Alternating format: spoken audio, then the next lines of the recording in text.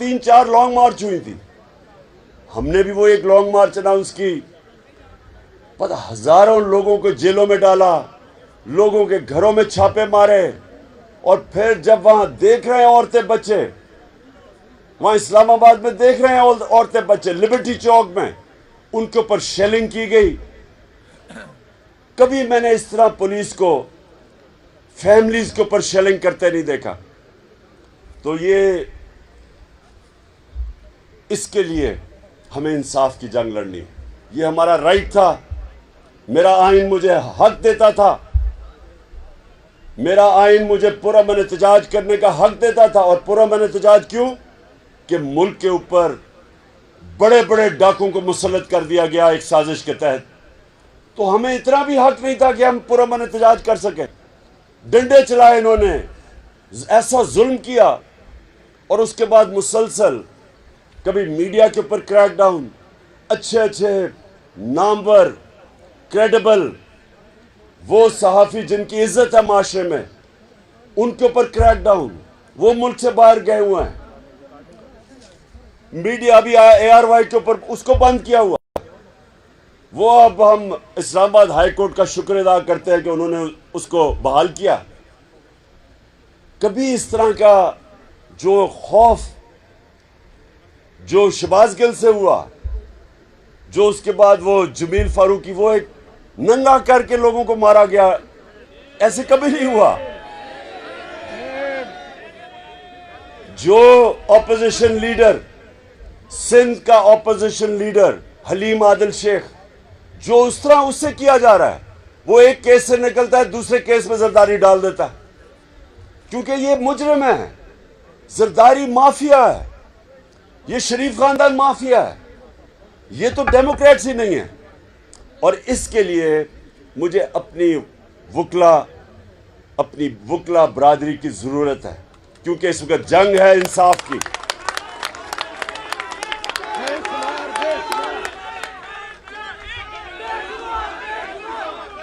میں یہ چاہتا ہوں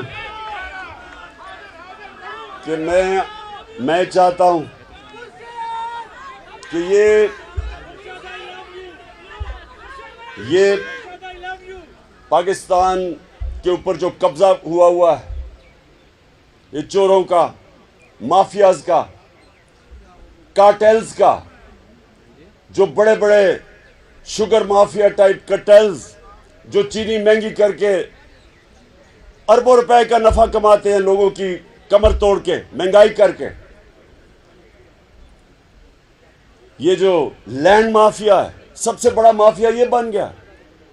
اس کے لیے ہم سب کو اکٹھے ہو کے انشاءاللہ ایک انصاف کا انقلاب لے کے آنا ہے. اور میں آپ کو یقین دلاتا ہوں, جس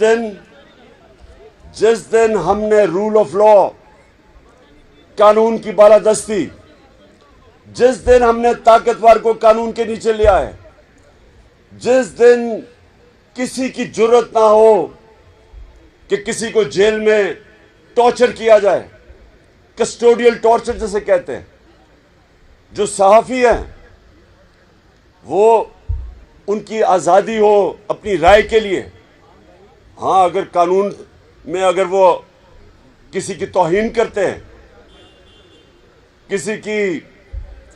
کسی کو لائبل کرتے ہیں, تو قانون میں اس کی بھی سزا ملنی چاہیے جس طرح مغرب میں ملتی ہے. لیکن یہ نہ ہو کہ چینلز کو بند کر دیا, وہ اپنی جان بچا کے صحافی باہر بھاگ رہے ہیں. کسی کو عمران ریاض جیسے صحافی کو جیل میں ڈال دیا. وہ جو ارشد شریف جس کی اتنی رسپیکٹ ہے, اس کو چینل سے نکال دیا, وہ باہر ملک سے چلا گیا. یہ تو کوئی جمہوریت نہیں ہے. تو جمہوریت کو کون پروٹیکٹ کرتا ہے؟ سب سے زیادہ وکلا پروٹیکٹ کرتے ہیں. قانون پروٹیکٹ کرتا ہے جمہوریت کو, آئین پروٹیکٹ کرتا ہے, اور آئین کے ساتھ کھڑے ہوتے ہیں آپ. اور یاد رکھیں, پاکستان موومنٹ میں جو ہمارے نظریاتی لیڈر علامہ اقبال اور جو ہمارے عظیم لیڈر قائد اعظم, دونوں آپ کی برادری سے تھے, دونوں وکلا کمیونٹی سے تھے. اور پاکستان کے اندر خاص ایک رسپیکٹ ہے وکلا کی. اس لیے میں اپنی ساری پاکستان کی وکلا کمیونٹی کو آج دعوت دے رہا ہوں، جو مرضی پارٹی کے لیے آپ ووٹ کریں، یہ اس کا میرا کوئی مقصد نہیں کہ مجھے کوئی فرق نہیں پڑتا، لیکن قانون کے لیے، کیونکہ ابن خلدون لکھتا ہے کہ کہتا ہے میرا جو سارا قرآن کا مطالعہ ہے، ابن خلدون دنیا میں سب سے ریسپیکٹڈ ہسٹریوگرافر ہے، ہسٹری کا، ماڈرن ہسٹری کا، جس کو باپ کہتے ہیں، وہ کہتا ہے کہ میرا جو قرآن شریف کا مطالعہ ہے، میں اس نتیجے پہ پہنچا ہوں کہ اللہ نے انسان کو زمین پہ صرف ایک وجہ سے بھیجا ہے کہ اللہ کی زمین پہ انصاف قائم کیا جائے، اور یہی انصاف ہی فرق ہے، اصل میں تو انصاف ہی فرق ہے جانوروں کے معاشرے میں اور انسان کے معاشرے میں۔ جانوروں کے معاشرے میں مائٹ از رائٹ، طاقت کی حکمرانی، شیر جو مرضی چاہے کرے، باقی سارے جانور چھپتے پھرتے ہیں، ان کے کوئی حقوق نہیں ہیں۔ اور ہاں، وہ شیر نہیں، یہ جو جالی والے سرکس والے ہیں، میں اصل شیر کی بات کر رہا ہوں۔ اور انسانی معاشرہ وہ ہوتا ہے، شیرمان خان، عمران خان، انسانی معاشرہ وہ ہوتا ہے، انسانی معاشرہ جدھر کمزور کو قانون اس کی حفاظت کرتا ہے طاقتور سے۔ سویلائز سوسائٹی ہوتی وہ ہے جس کے اندر قانون کمزور کو پروٹیکٹ کرتا ہے۔ جب تک اگر قانون پروٹیکٹ نہیں کرتا کمزور کو، تو وہ پھر انسانی معاشرہ نہیں ہوتا، وہ صرف عقل مند جانور ہوتے ہیں، عقل مند جانوروں کا معاشرہ ہوتا ہے۔ اور یہ اس لیے اللہ نے، میں بھی یہ سمجھتا ہوں کہ جو اللہ نے 1,40,000 پیغمبر بھیجے تھے دنیا میں، ان ساروں کی جو کامن مشن تھی وہ کیا تھی؟ وہ دو چیزوں کی بات کرتے تھے، انصاف اور انسانیت۔ یہ دو چیزیں، کیونکہ یہ دونوں چیزیں ہمیں جانوروں سے فرق کرتی ہیں، اس لیے اللہ نے پیغمبر بھیجے تھے ہمیں انسان بنانے کے لیے۔ اور اس لیے انشاءاللہ پاکستان میں جو اب ہماری جہاد ہے وہ ہے انصاف کی۔